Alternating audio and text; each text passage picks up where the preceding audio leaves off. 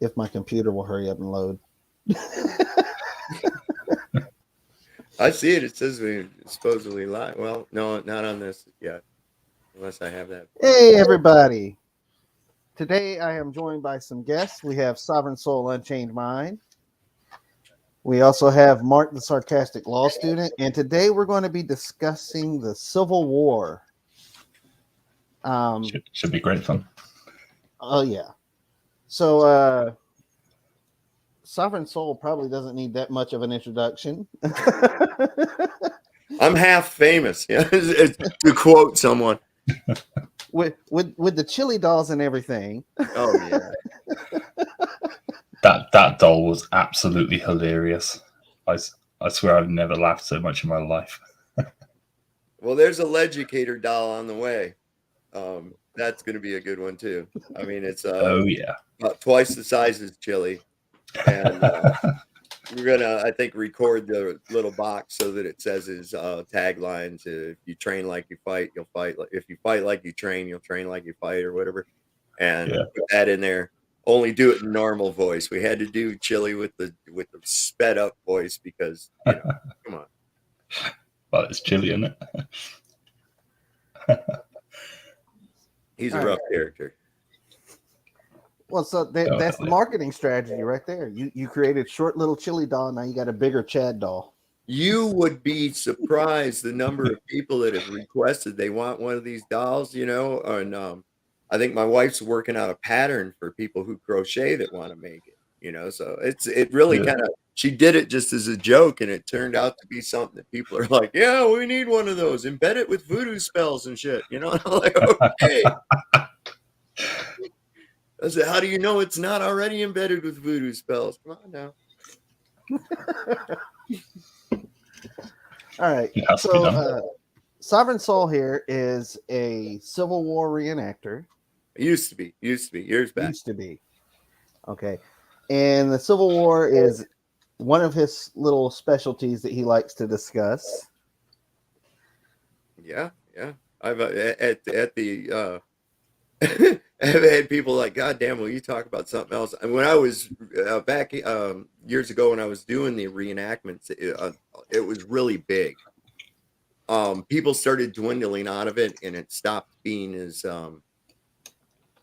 I don't know. They started turning it more into a business, and then we had the gun nuts, and what I mean by that is gun grabbers trying to impose all kinds of regulations on it, and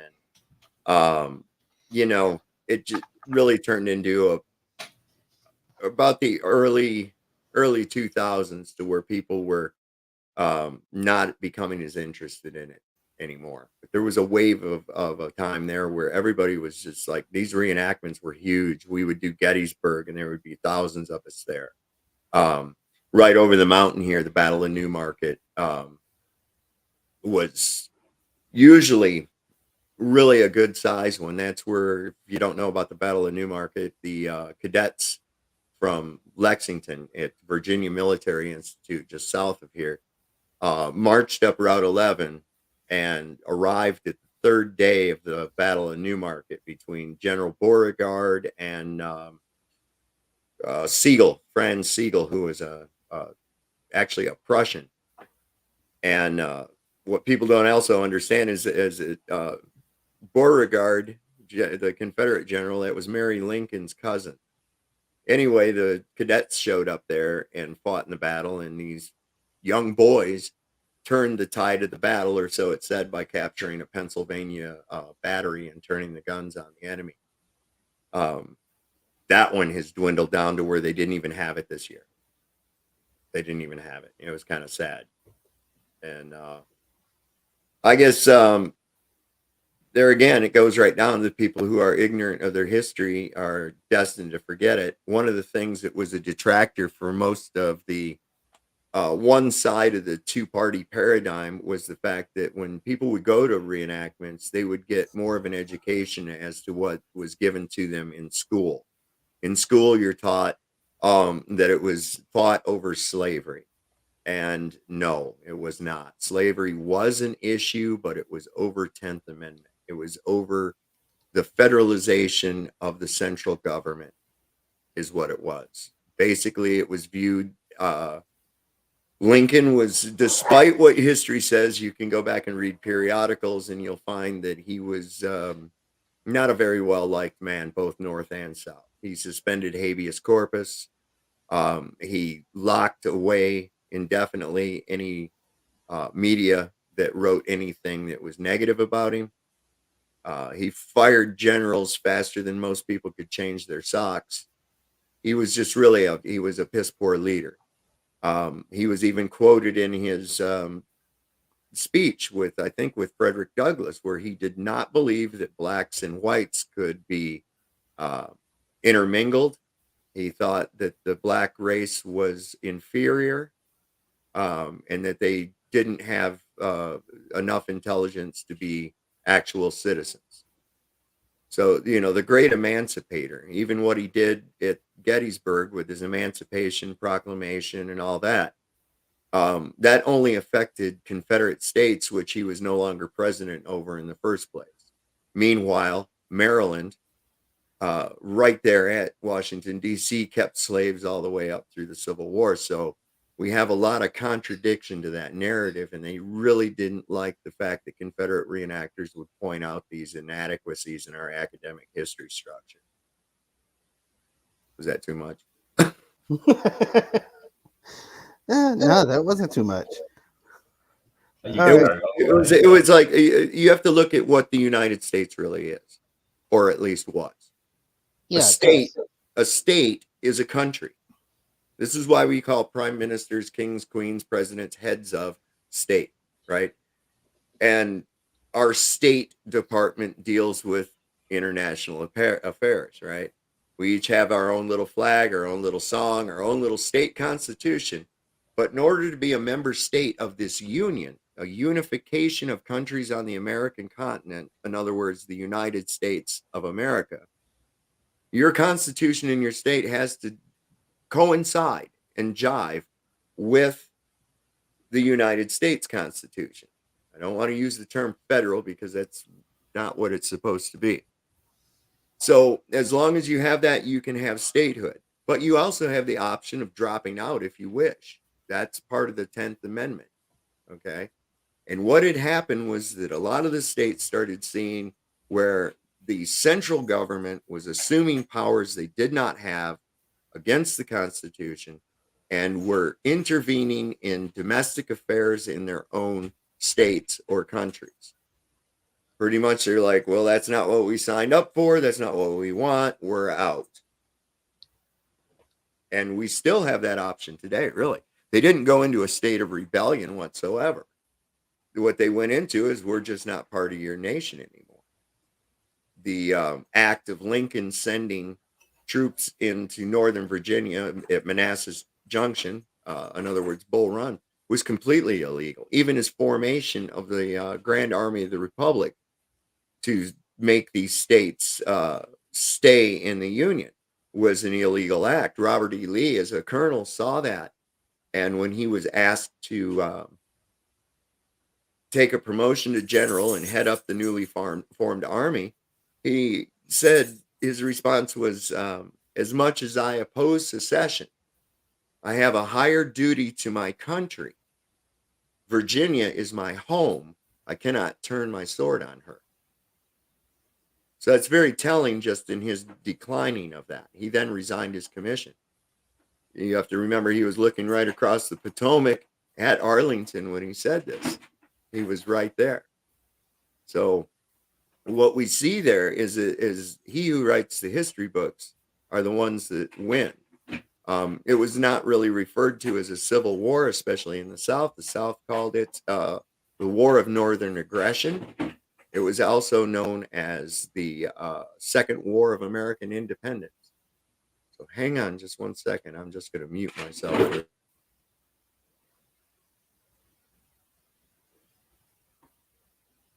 Okay. Let me see if I can find that comment real quick.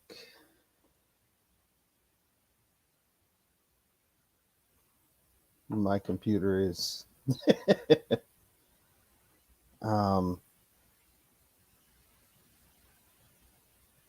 going really, really slow today. All right. So, Amanda, yeah, everybody thinks that it was for ending slavery for Lincoln, but there's actually a document uh, where Lincoln had said if he could end the war without having to end slavery, he would.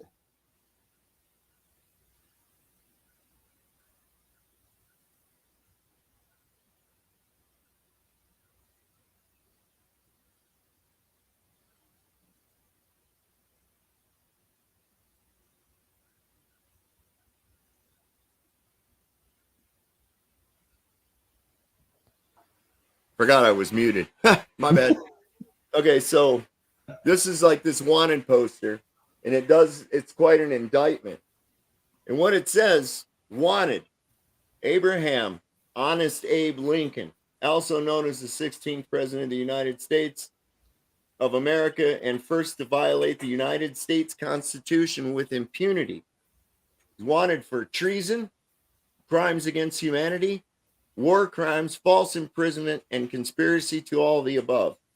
This person is best known under the name of Honest Abe, which is an alias cleverly employed by his egalitarian and socialist supporters. He is known to have suspended the United States Constitution when it suited him, his aims, and to have suspended the writ of habeas corpus. It is estimated that over 40,000 Northern civilians were illegally imprisoned in federal military prisons under his orders.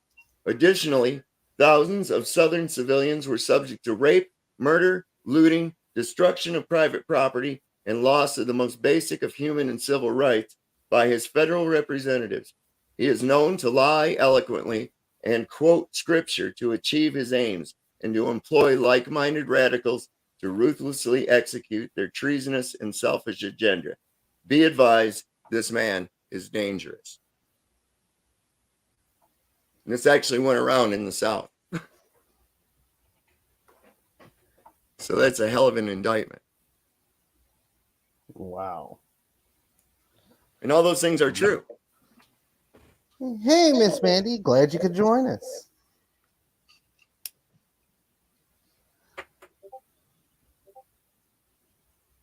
One of the other things that took place with that is like at the Battle of Manassas, the very first Battle of Manassas, which is known in the North as the Battle of Bull Run. Interesting thing, the Union Army named their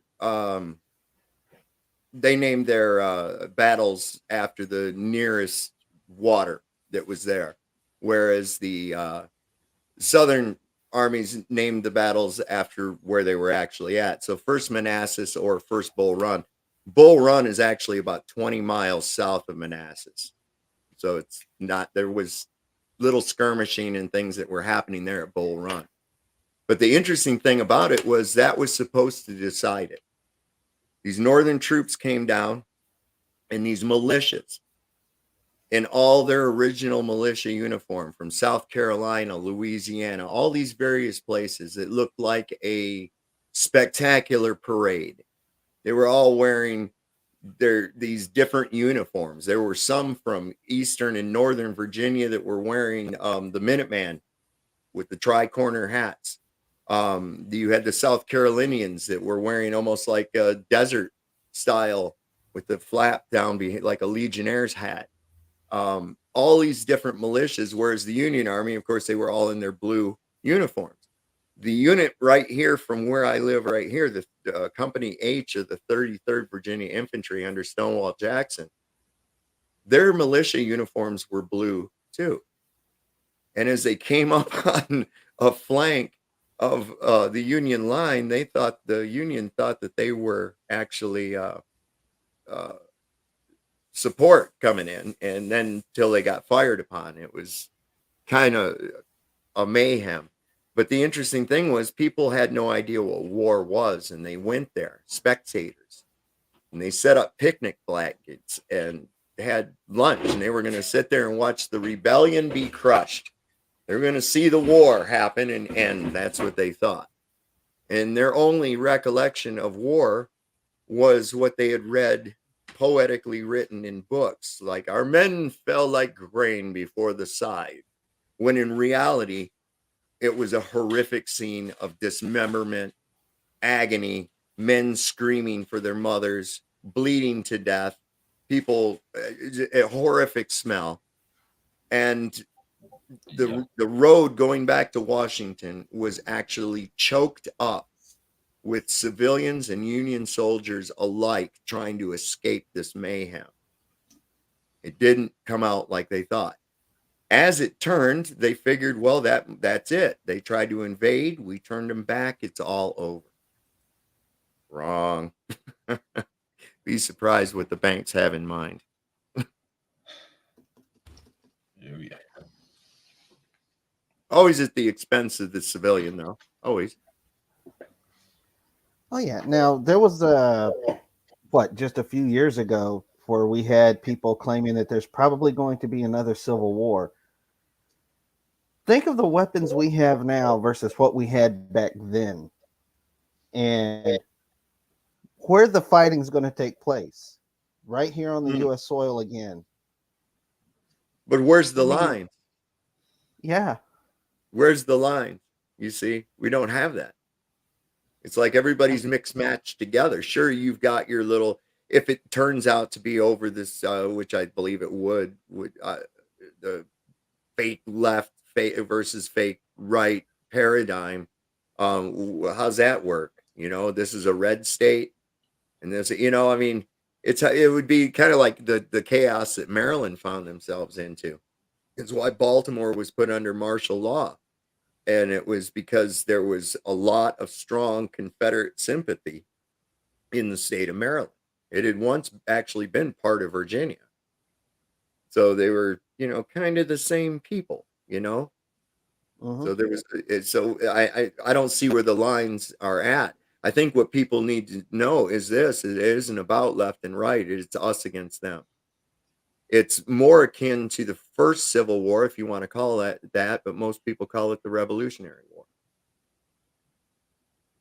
That again, there was brother against brother, because people here considered themselves Englishmen and subjects of the crown, and they were yelling at those rebels and saying, "You should have just followed the law.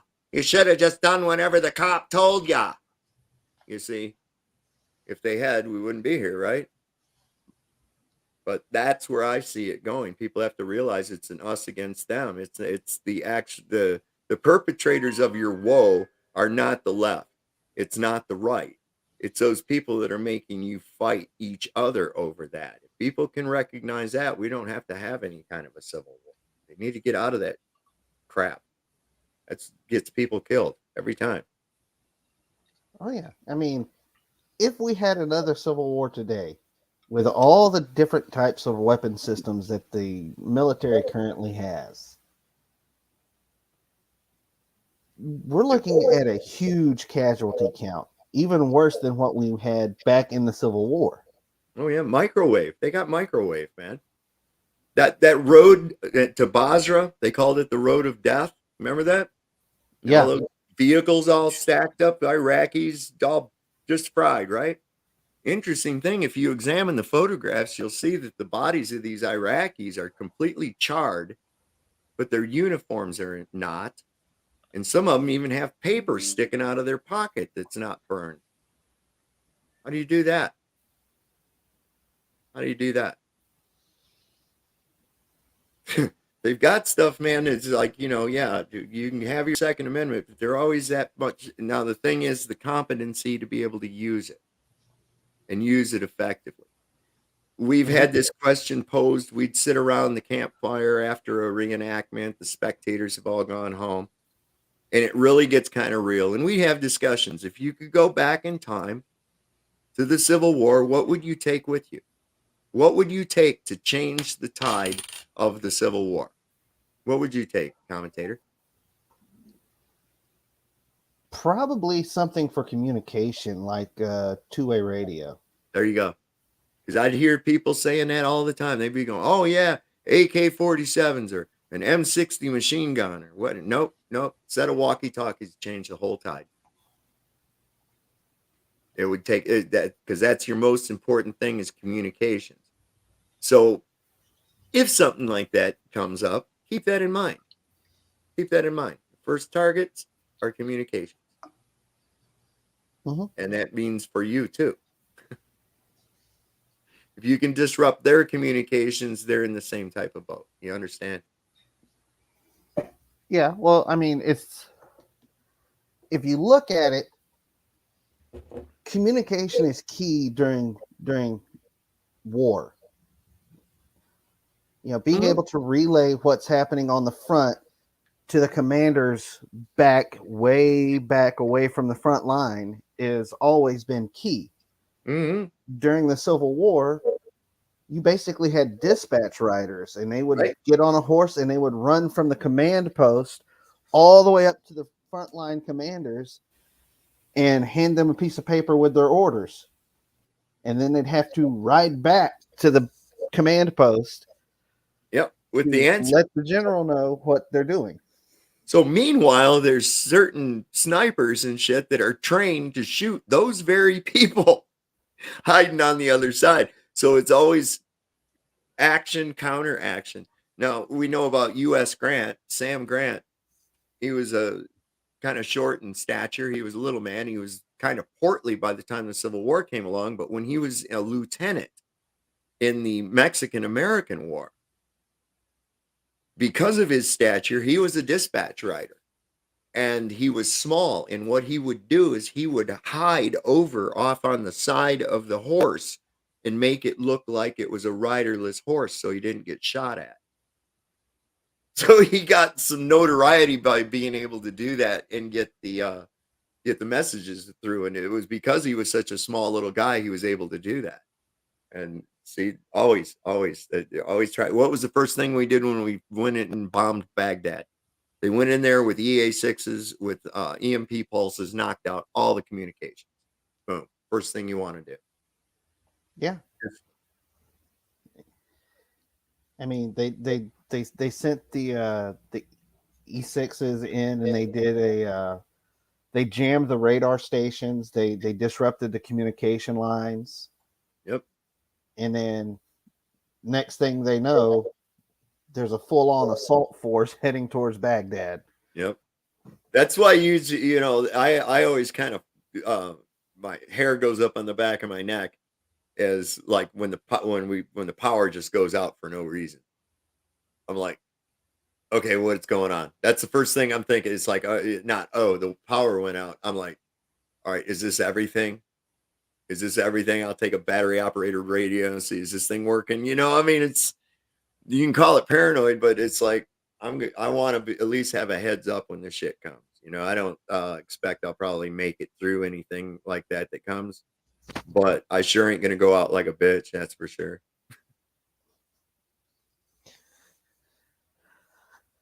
Oh yeah, Mark, you got anything to talk about for the Civil War?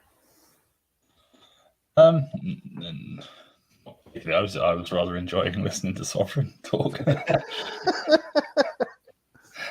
as we always do. Mark's just sitting over there in his little corner, being quiet.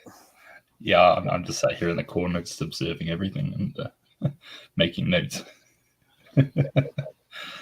Well, it was an interesting. What gets me is that all our history is crap. All right, you really got to look into it. And we just recently went to Williamsburg, and supposedly Williamsburg was a colonial city, a colonial town. But you know what I was dismayed to find was that almost everything there was a reproduction of something. And that kind of bothers me because, you know, you go to the Yorktown Battlefield. This is supposedly where Cornwallis finally surrendered to Washington. And you go there and you're at this big place. You drive through it and there's little markers and says this here is where such and such happened. And here's a recreation of the earthworks. And I'm like, how do I know that those actually existed? It's like, you know, people talking about Stonehenge. Oh, it's been there 1,000 years. And I find photographs of it being constructed in the early 1900s. I'm like, this is just something, you know, what are they doing? Why are they always feeding us a false history? And it's just to control us. And it goes the same with this conflict. They want you to think that the Union was fighting the good fight when in reality they really weren't. They were concreting the destruction of what we once were into what we are now. I say that 90% of what's occurred now is allowed to happen because of what the outcome of that war was. Mm-hmm. I mean, in the Civil War was the last war where we had to worry about the Third Amendment. Right. Yes. I'm gonna bring something up here just real quick. And Virginia state flag is really indicative of. Let me see if I can get a good picture of it here. Oh, I didn't want that in there. I wanted it off of Google. Damn it. Bear with me. How do I get to Google? Type it in, I guess. G. There it is. There. It gives me this anyway. All right, so I want, if you go into your search bar right now and type in Virginia state flag, I can get there. Mando's comment. Remote control Sorry, explosives. Yeah, they have those. All right, so I'm going to go to images of this. Then what I want to do is, let's see if I can get a good one. Okay, here's a good one of the state seal. Let me see if I can share my screen, and maybe if you want, you can bring that up. Let me. All right, I got that down there. If you want to bring that up, commentator, and then I can show you something. Because the symbolism says it all. This is the current Virginia seal, which is, of course, on our state flag. And this is Virginia, Veritas, truth, justice. She's wearing a Liberty cap. Okay? This one here shows it even better. The Liberty cap. But what you get, or here you go. Oh, come on, man. Go ahead. Come on. You see with the, no, we don't want to buy your thing. But with the Liberty cap that they were showing right here. Okay. Notice the bare breast. That's a sign of submission. She's cradling the sword in her arm at rest. And if you notice, the spear is point down. It's not being used in a defensive manner. Yet she stands on a fallen tyrant with the crown over here, and in Latin says, "This be to all tyrants." Okay, so you can take that back down if you want to right now, and I'm going to show you what a pre-reconstruction. Reconstruction is a fancy name for occupation. But this is a pre-Reconstruction state flag. And what you see here, you notice that Veritas is wearing a metal helmet, a breastplate, and the sword is at the ready, like bring it on. And the same, "This be to all tyrants," with the fallen tyrant at the bottom. Do you see the difference in symbology that's there pre-Civil War and post-Reconstruction? Yep. Virginia has been pushed out, so to speak. Virginia has turned submissive. They have given up their sovereignty. And that's what the new post-1865 logo is all about. A lot of people don't realize that, and they proudly say, "Yes, this beat all tyrants." What, you're just going to stand down to them? That's what it means. So I just thought that'd be kind of interesting for people. Mando, jeez. Fun fact, actually, the county police department here, they actually copied the Virginia State Police patch, and it has the Virginia State seal on the shoulder of their shoulder patch on their uniforms. And where's this at now? Gwinnett County Police Department. Okay. I swear to God, you look it up. Their patch is the same as the Virginia State Police patch, just a different color, and it's got the exact seal for Virginia at the top of the patch. Let me see that. I'm gonna look it up. Gwinnett. How do you spell that? Gwynett.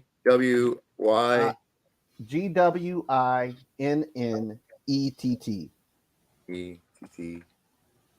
Well, my computer's not cooperating with me. Well, it's because I'm being stupid. County or state police. You said state police? County police. Okay, county. Right.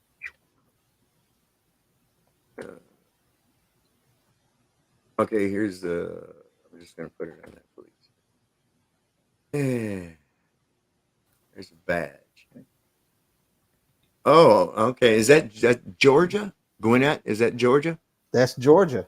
Georgia. Okay, now that looks like Justice. I think that's Lady Justice with the blindfold and the isn't it? Yeah. No, that's the Justice symbol is what I'm seeing there. But there again, huh? They might have changed the patch, but originally they did have that exact one that you were showing earlier. I don't doubt it. I don't doubt it. You know, I've been across the nation a few times, and it's almost like every place you go is the same. Every place has an Elm Street. Every place has a Gay Street. They have these. You see the same names of towns. You know, it's like, wait a minute, didn't I just run across that? Like here we got Luray, Virginia. I ran across a Luray, Tennessee. I think it was, and I was like, "Are you kidding me?" And these, because I saw these people with, they were from some farm, and it said Luray Farms on it, and I was like, "What? I'm in Tennessee. What are you talking about? What are you all doing down here?" And then he was like, "Oh no, there's a Luray here." I was like, "Oh shit!" See, you know, and you think it's a unique name. What else is named like that? But it never is. It's always just they do the same, like little setup villages. Here, go live in this. You know.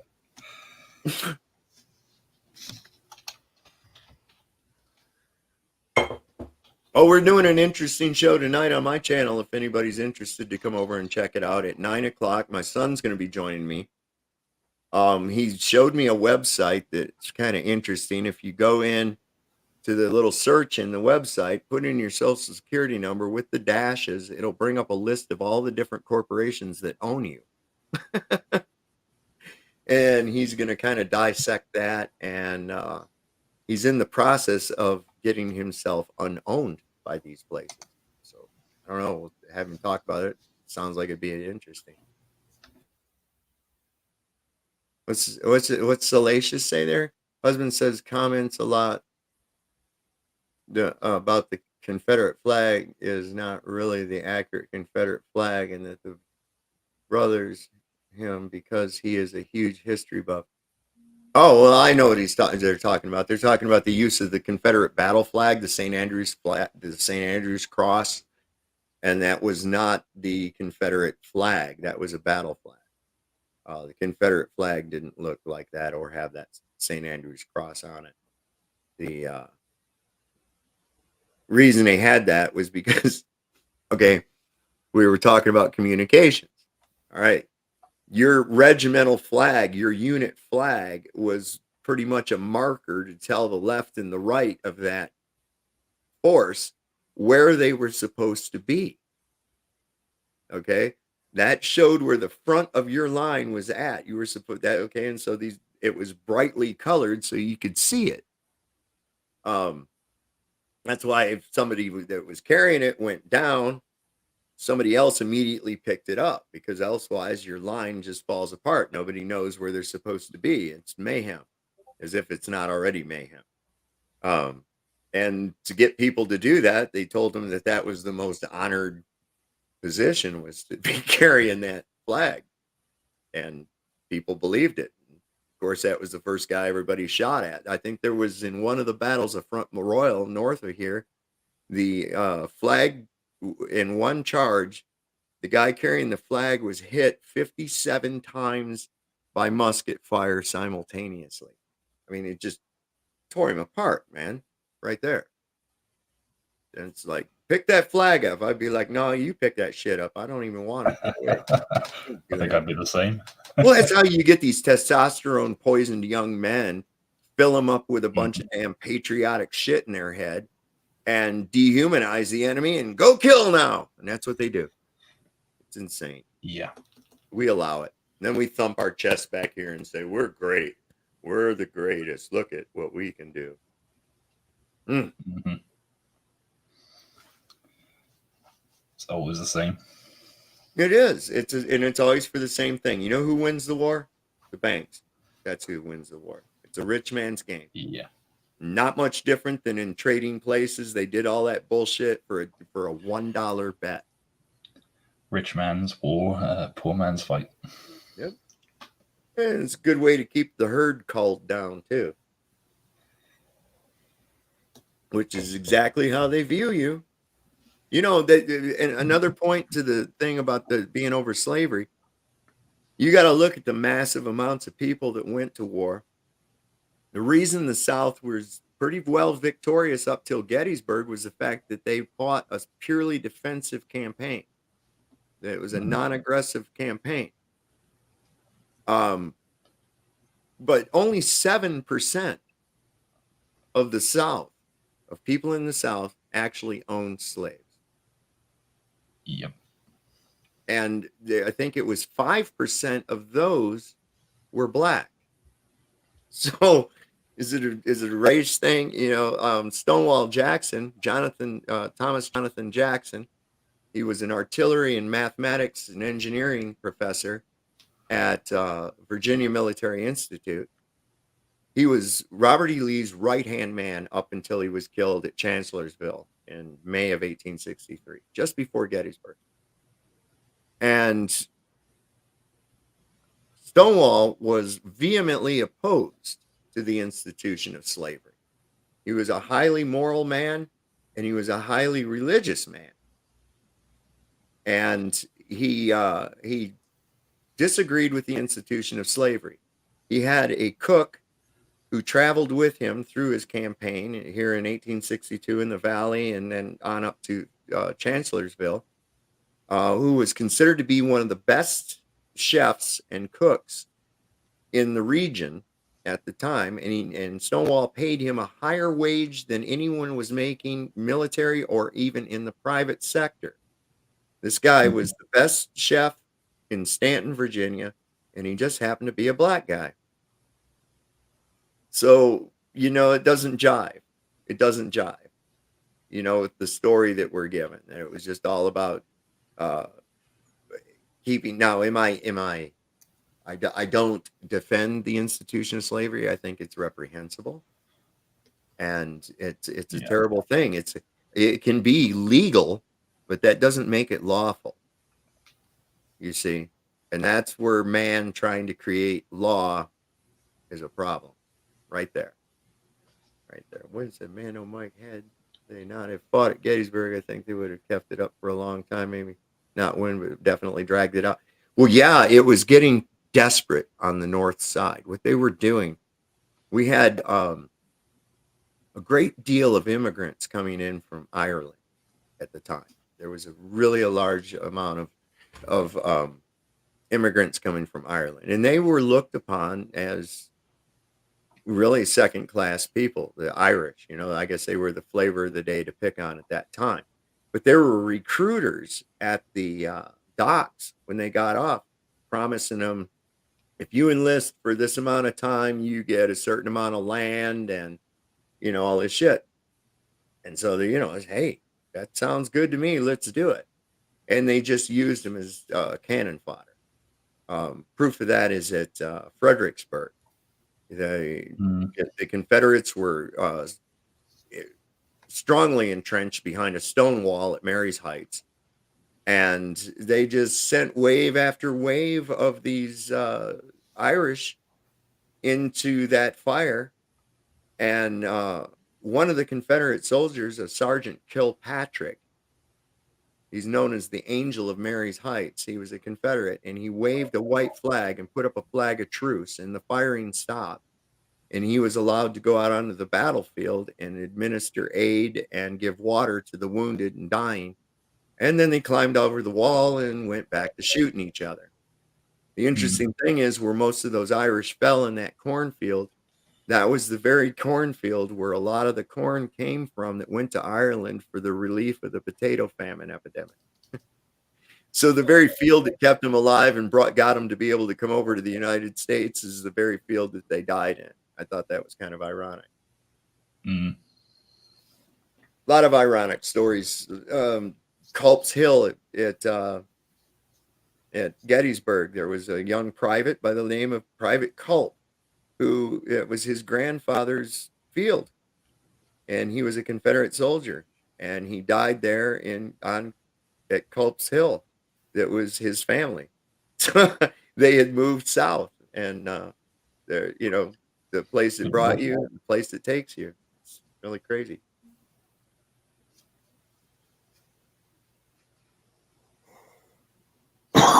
Excuse me.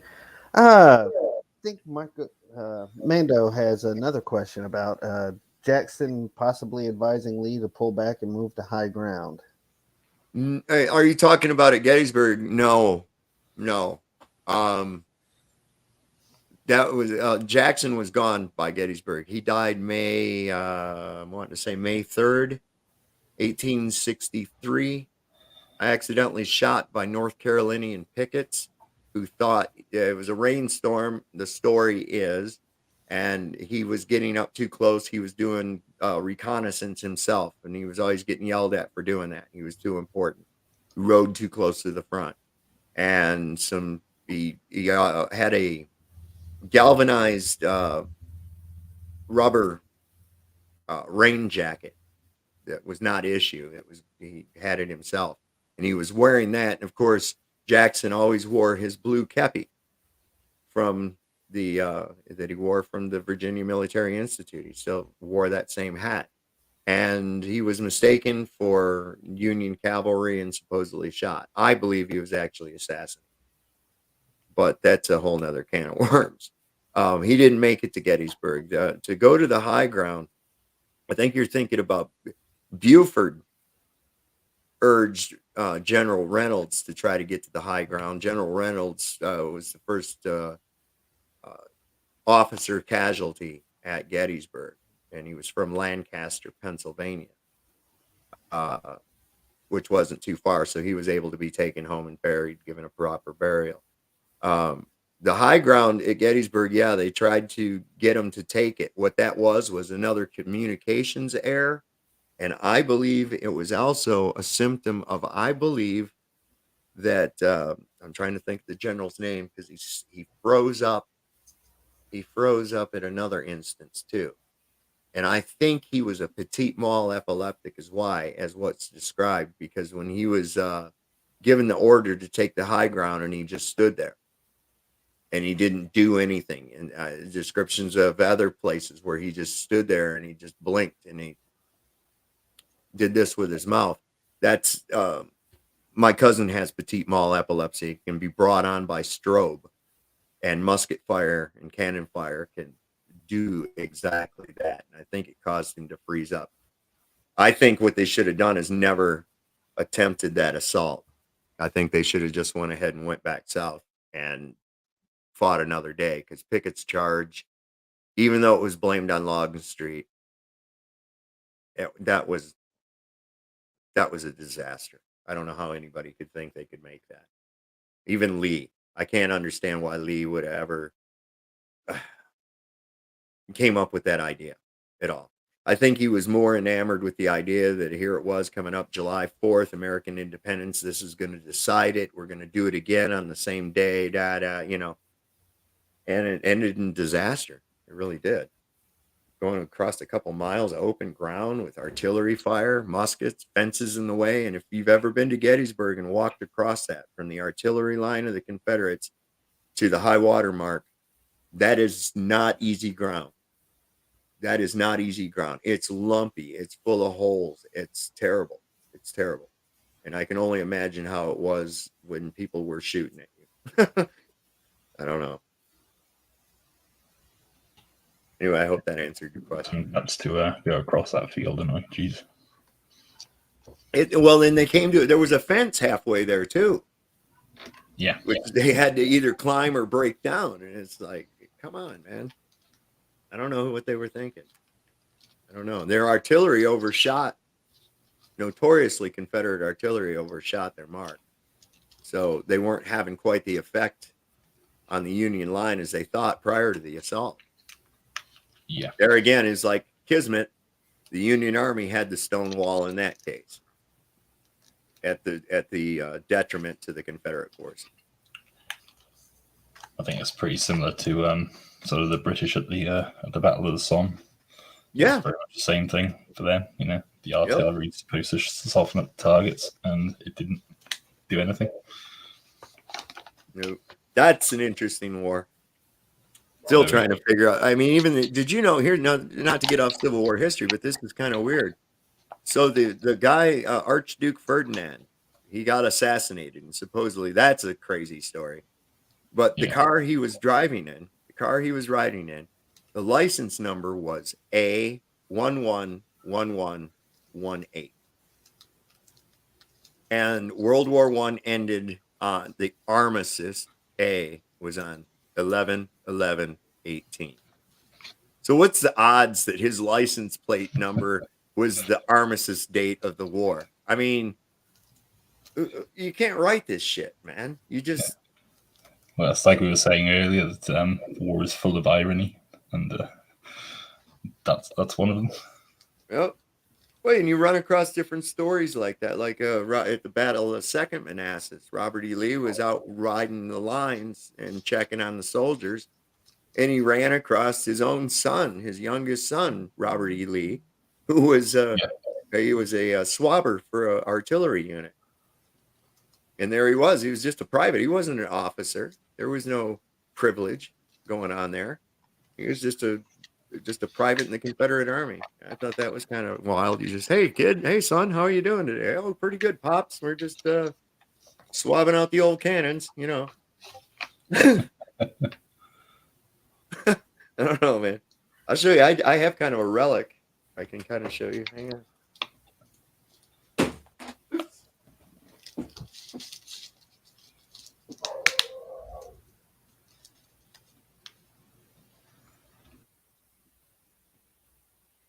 A little dusty. That's okay. This right here is some of your weaponry of that day. This is a cap and ball revolver.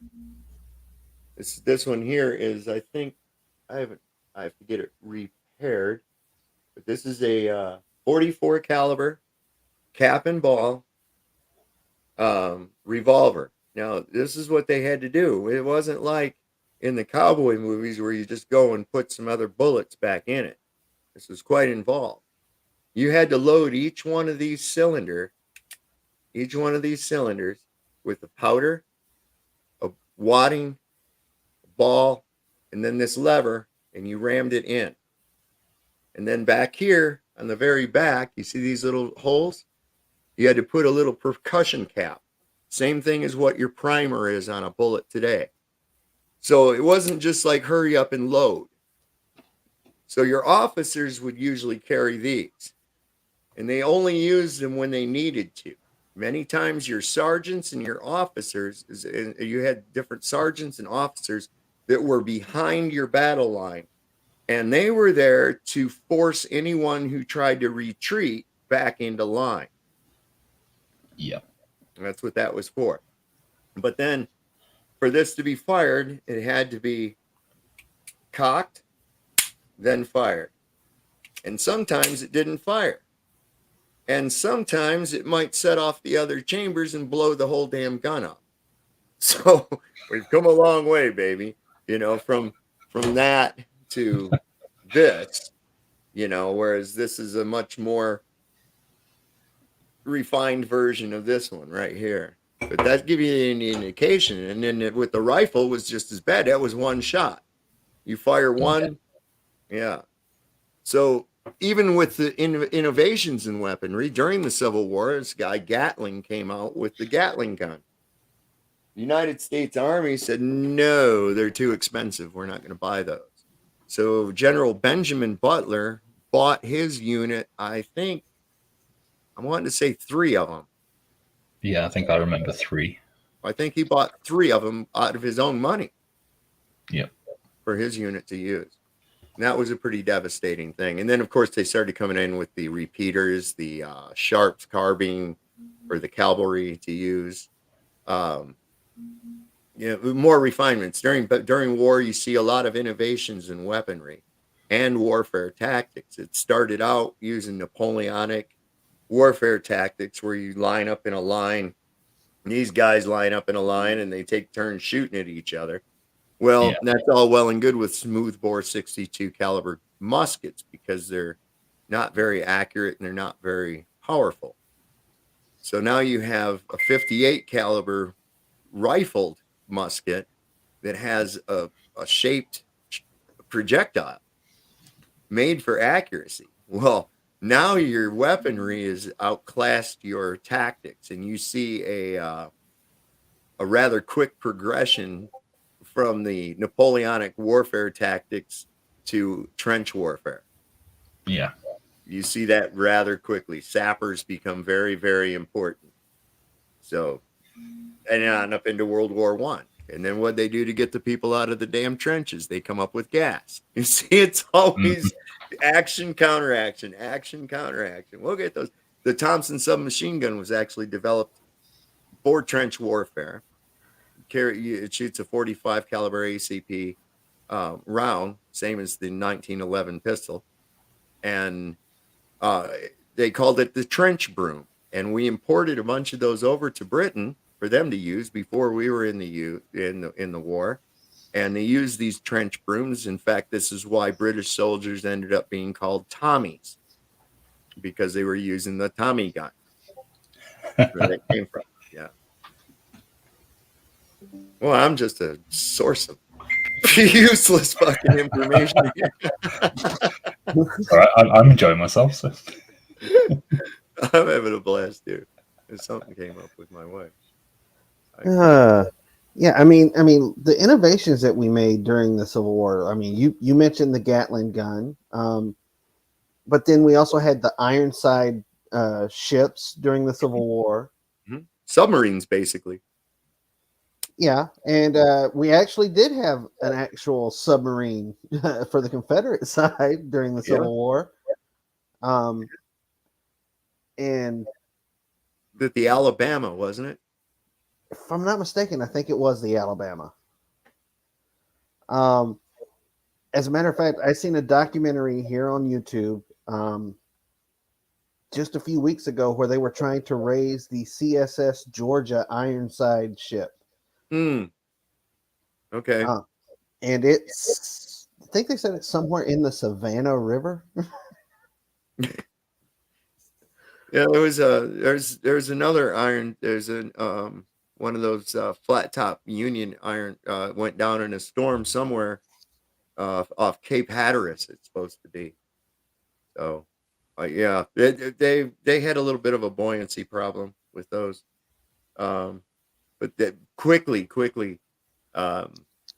innovated, and by 1915, 1914. We had some people that were really doing well in submarines. I think the little Germans were really good with the submarines. You know, they had pretty much perfected that whole thing. They had those wolf packs. Oh, yeah. So there again, stay out of sight. I'm going to see if I can grab some. I'm not sure I'd have it in me to be in a submarine anyway. You couldn't get me in one of those things to save my life. No way. No way. Well, if you look at the training for it, Mark, and I'm not lying,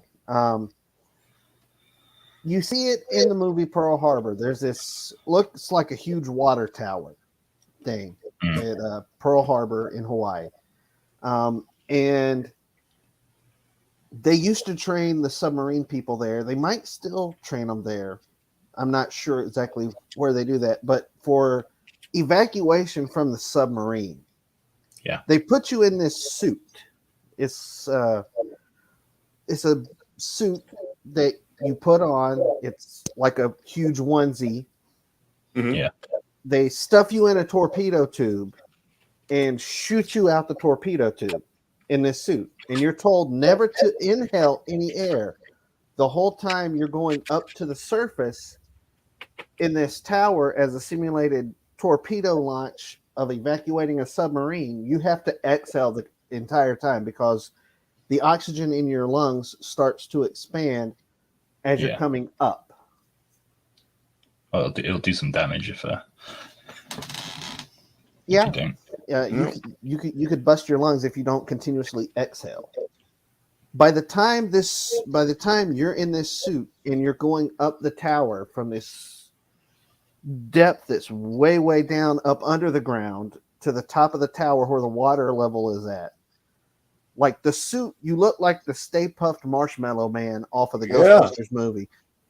Yeah. Yeah, that's how you get the bends. If you don't decompress, the air in your veins will start to expand, and then you get air bubbles, you embolize. That's why you have to decompress. You come up to a certain level, and then you have to stay there and acclimate your body to it for a certain amount of time. Yeah, that can happen. Somebody just when I lived on a lake in Michigan one time, a friend of mine's speedboat sank. He left the bilge plug open, and the way we went down, we went down and took the compressed air, took the hose down with us, and we had a deflated inner tube, and we tied a rope around it, and then tied that onto the boat, and then put just a little bit of air into that inner tube, just like that. That thing started going up. That thing started going up. By the time it got up to the top, that freaking thing was ready to burst. It was ready to blow up. But we got the boat out and was able to pull it to shore. So that was my idea. That was my idea.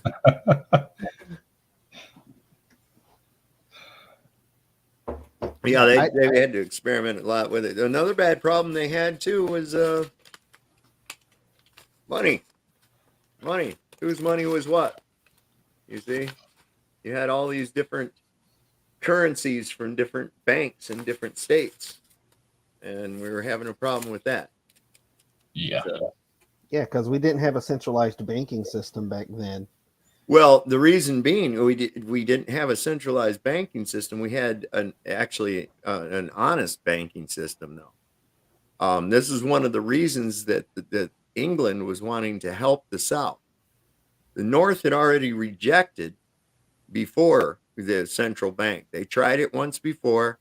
They didn't like it. The charter wasn't renewed in 1812, and Lord Rothschild had troops. Had troops from or where was I talking about? From Canada come down and sack Washington, D.C., and that's known as the War of 1812. So with this new fledgling Confederate States of America coming together, England saw an opportunity to be able to come in and put a central bank like we have now. And that's been disastrous. So that is the one thing that kept England. It was the rejection to a central bank. Otherwise, if we'd agreed to it in the South, they would have sent all the arms and all the troops needed. They were already. We had blockades, and we were getting in the South. We were getting arms from England. See, the Confederate soldiers were using primarily Enfield rifles, whereas the Springfield was the weapon of choice for the Union. Springfield, of course, made in the United States and Union territory, and the Enfield being made in England. It's still a fine rifle, the Enfield. Got to give you British credit for that. Oh yeah, that's it's the one I've got. Well, the one I've got is not a firing one. Oh, okay. That'll blow your mind. You ever fire one of those? That's something else. I had a firing one, and I made bullets. Nice. That's a powerful ass rifle, man. We can get firing ones out here. They're actually quite cheap over here. They're around about 450 pounds, something like that. That wouldn't be bad. I wouldn't mind having another one. Yeah, Really would. I'm very tempted. Mine was pretty cool. Although it was a replica, it actually still had the crown stamp on the lock plate. Had the crown stamp from the armory in England. That's pretty cool. I like that. But what's that one round y'all come out with? You guys are the only ones that can fire a 308 British. Yeah. Why'd you all do that? Don't do that no more. Y'all don't do that. We love our random sizes and things like that aren't compatible with anybody else. Yeah, goddamn Churchill. Dirty old bastard. Listen, I'll tell you what, if you could bring historical people together, it would be good. Let's let Nancy Pelosi and Churchill party together. Let's get those two drunk together in the room and see what happens. That ought to be fun. Yep. And then Nancy's husband can drive them home. Ah.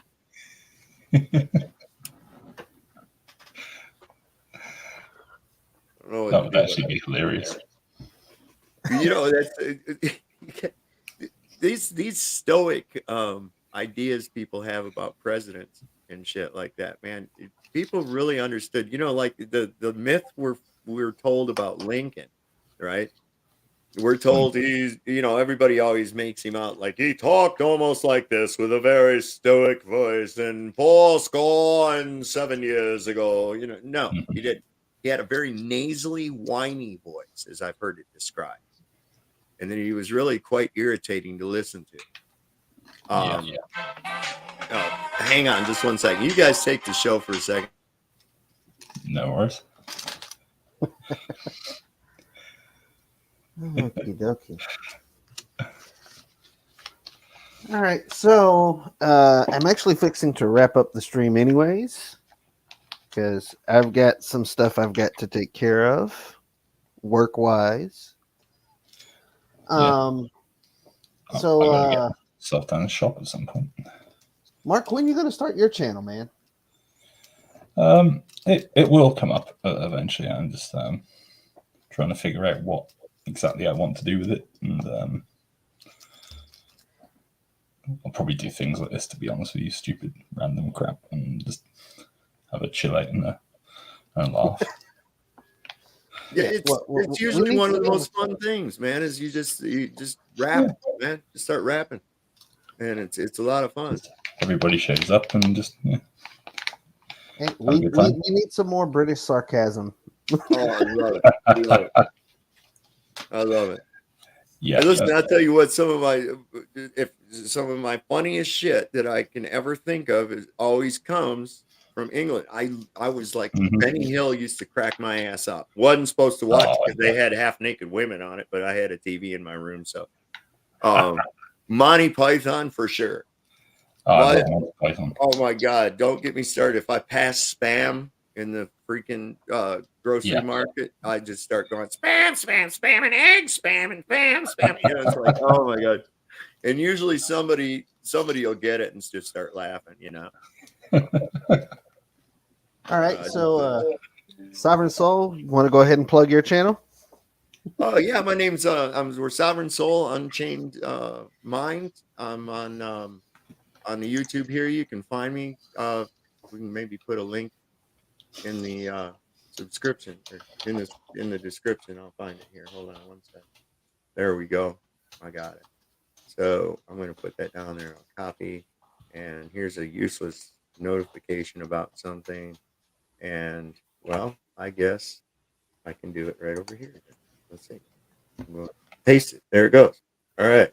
So anyway, the reason a lot of people assume that I'm a sovereign citizen, which there's no such thing. Sovereign citizens, you're either sovereign or you're a citizen. Problem with sovereign citizens is the fact that they're still citizens trying to practice sovereignty, and they don't have enough information, and they get themselves into a lot of trouble. My idea is that the sovereign soul is ungoverned soul. You are a soul that has a body. You own yourself. Act like it. Unchained mind means that you don't subscribe yourself to any one particular paradigm. You don't have to live in an echo chamber. It's very healthy to have adult conversations with people that have differing opinions without necessarily having to adopt those opinions and still be remaining on a friendly basis, not just, oh, I hate you because you're a Republican, or I hate you because you don't have the same viewpoint as I do. That's bullshit. We're supposed to be unique. And rather interesting channel, I reckon. Tonight we're going to have a guy on. He's my son. We're going to talk about who really owns you and if it's possible to become unowned. So should be a lot of fun. All right, and for everybody that's out there, everybody knows my channel if you're on the live stream, pretty much. So I'm not going to give myself a shout out, but if you have a problem with me having Sovereign Soul on, just you can kiss my ass, pretty much. No, somebody had a problem with that. I didn't see. I wasn't reading the chat. Oh no, this is just in case. Oh yeah. Yeah, I was going to also say, if you're easily offended, well, probably don't come to my channel, because I make fun of everyone. Nobody's excluded, including myself. If there's humor, I bring it out. I grew up with Richard Pryor and shit like that, and so I'm pretty thick-skinned. So if you're one of those that easily offended by something, don't, because like I said, unchained mind. Yeah. Also, guys, we do have some creators here in the chat for the live stream. If you want to, you can go check out Mando Mike's channel. He's another great creator on here. Yeah. Makes fun of a I'm lot sure of he stupid can drop people. the link now that he's got a blue color. Yeah. You can also check out Amanda J.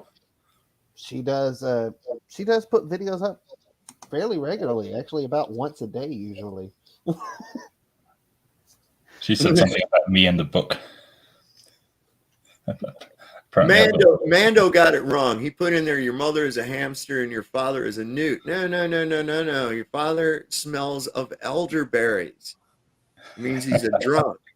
You got to remember the witch is who turned him into the newt. He says, but I got better. Right? He says, she turned me into a newt. Well, I got better. It's like, okay, obviously. She has a wart. Oh god. Yeah, Mando, you are a smart ass. No. Come on, Mando's not a smart ass. You and your cod piece. That's something I need a cod piece. At least it's not a chili jock sock, anyway. Oh my god. Yeah. That's usually what I throw out to the chili sycophants. Once they start coming on to one of my videos and defending them, like, hey, what flavor of jock sock did chili give you today?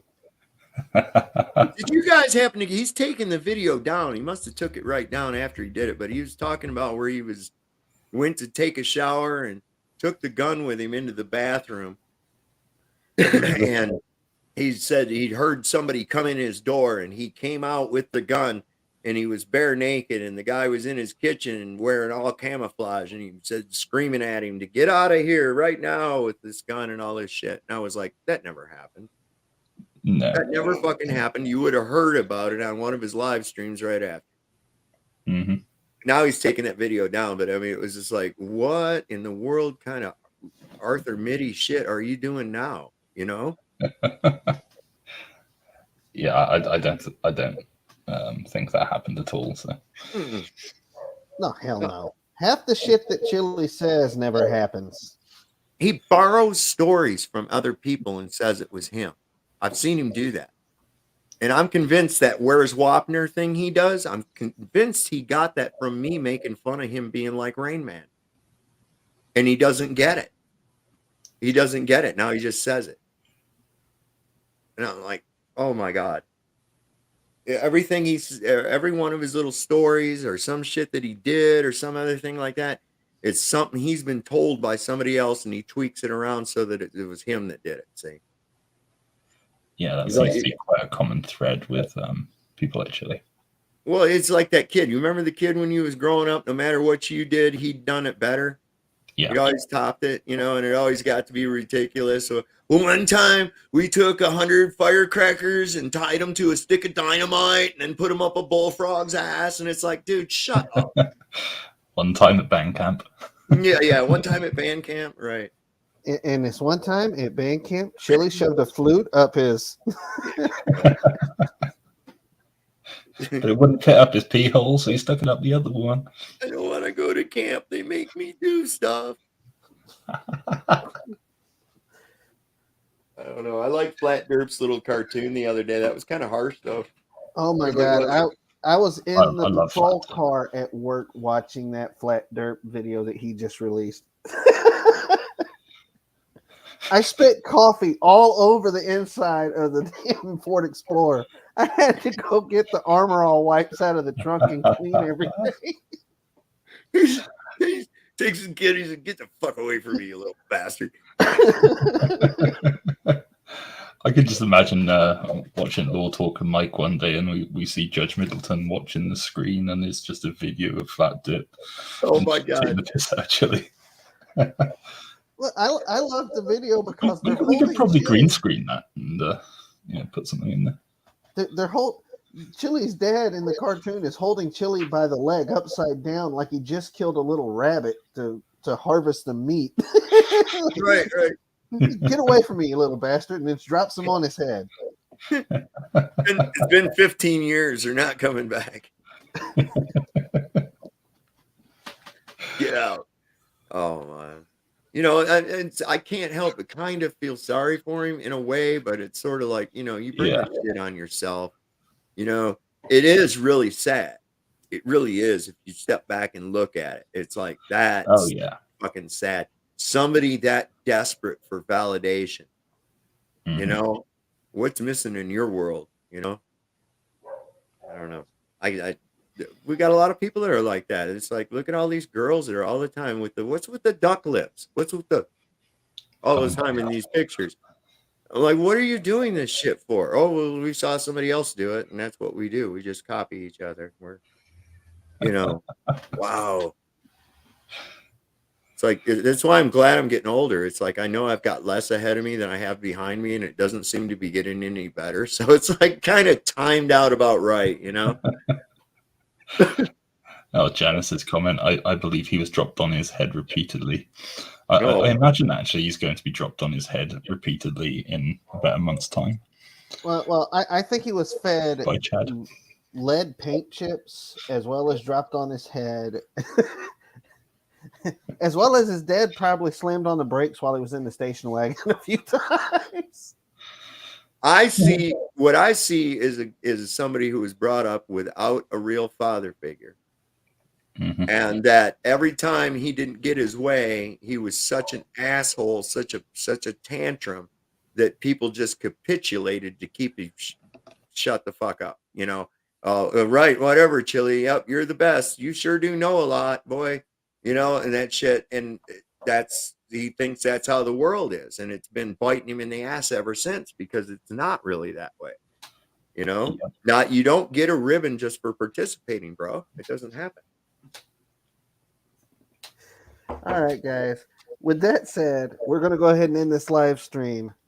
It's been fun. Sovereign Soul, definitely probably tune into your live stream later on. Absolutely. And guys, we'll catch you on the flip side. All right. Take care, everybody. Have a good one. Don't trust Whitey.